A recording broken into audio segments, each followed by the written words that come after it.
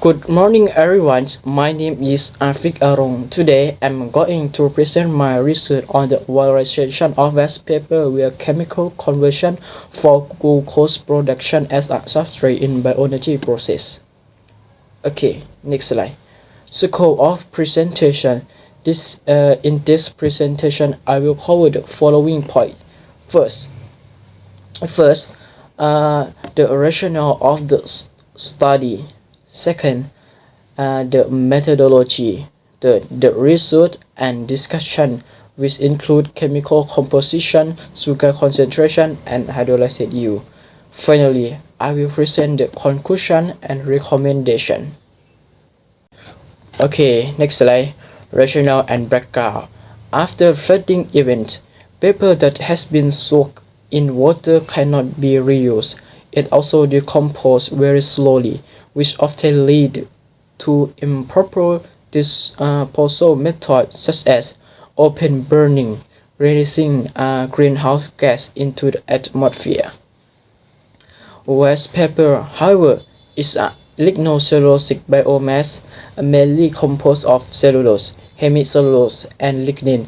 This can be hydrolyzed into fermentable sugar, especially glucose, which serves as a key carbon source for bioenergy production such as bioethanol, biogas, or organic acids.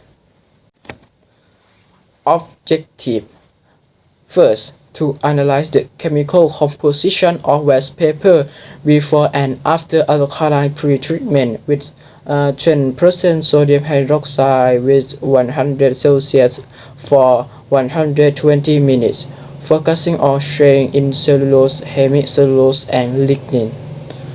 And second, to determine the physical chemical property of the liquid hydrolyzed, including volume U, reducing sugar, total sugar, and Drake bricks. And finally, to evaluate the suitability of the hydrolyzed for fermentation and provide recommendation for quality control and process optimization. And next slide. Methodology. The first, simple sample preparation.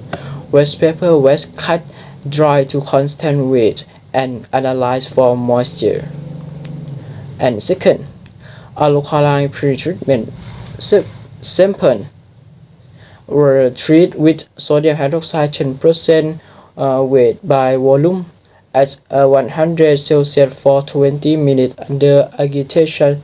The solid fraction was depurated and the liquid hydrolyzed were filtered and cooled. Third, compositional analysis. Cellulose, hemicellulose, and lignin were quantified. Percent dry weight, mean plus minus SD before and after treatment. And then hydrolyzed analysis. Measure hydrolyzed U ml by G dry paper, reducing sugars with the NS method, total sugar with phenol sulfuric acid method, and Drake bricks refractometer at 20 Celsius.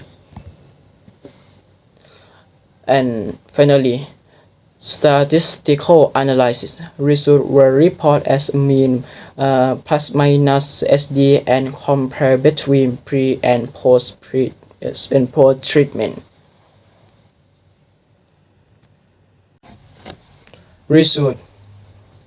Result figure 1 show the chemical composition before and after pre-treatment. Cellulose decreased from about 62% to 29%, hemicellulose from 17% to 8%, and lignin from 6% to 4%. This reduction confirmed that sodium hydroxide effectively disrupts lignin carbohydrate complex and solubilize hemicellulose, making cellulose more accessible for hydrolysis. Slide. Result: Figure 2 and Figure 3. Figure 2 and Figure 3 present the sugar concentration and hydrolyzed yield. The reducing sugar concentration was about 342 milligram per milliliter, while the total sugar concentration reached around 422 milligram per milliliter. In addition, the hydrolyzed volume U was approximately 705 milliliters per gram of dry waste paper. This demonstrates efficient conversion of solid biomass into a sugar-rich liquid suitable for fermentation. And next slide, solid fraction. After pre-treatment, solute decreased from 61.56 to 29.36%. Hemicellulose from 16.72 from to 8.44%, and lignin from 5.85 to 3.92%. This indicates significant breakdown of lignocellulosic structure and transfer of soluble carbohydrate into the liquid phase, according to Table 1 to 3 and Figure 1. Liquid hydrolyzed US 705.33 plus minus 25.64 ml by mg dry feedstock, reducing sugars 361.99 plus minus 16.68 mg by ml. Total sugar 422.13 plus minus 40.55 mg by ml.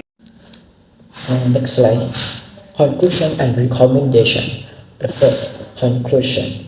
1. Waste paper is a cellulose-free feedstock, suitable for alkaline pre-treatment.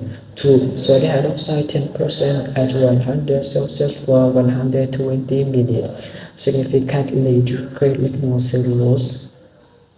3. The hydrolyzed contains high level of reducing and total sugar, although discrepancies in sugar quantification suggest further methodological refinement.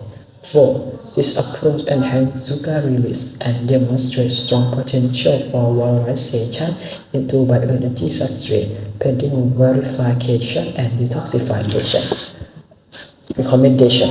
1. Perform as Bala reconciliation and explain sugar as mg by mg feedstock and present theoretical use.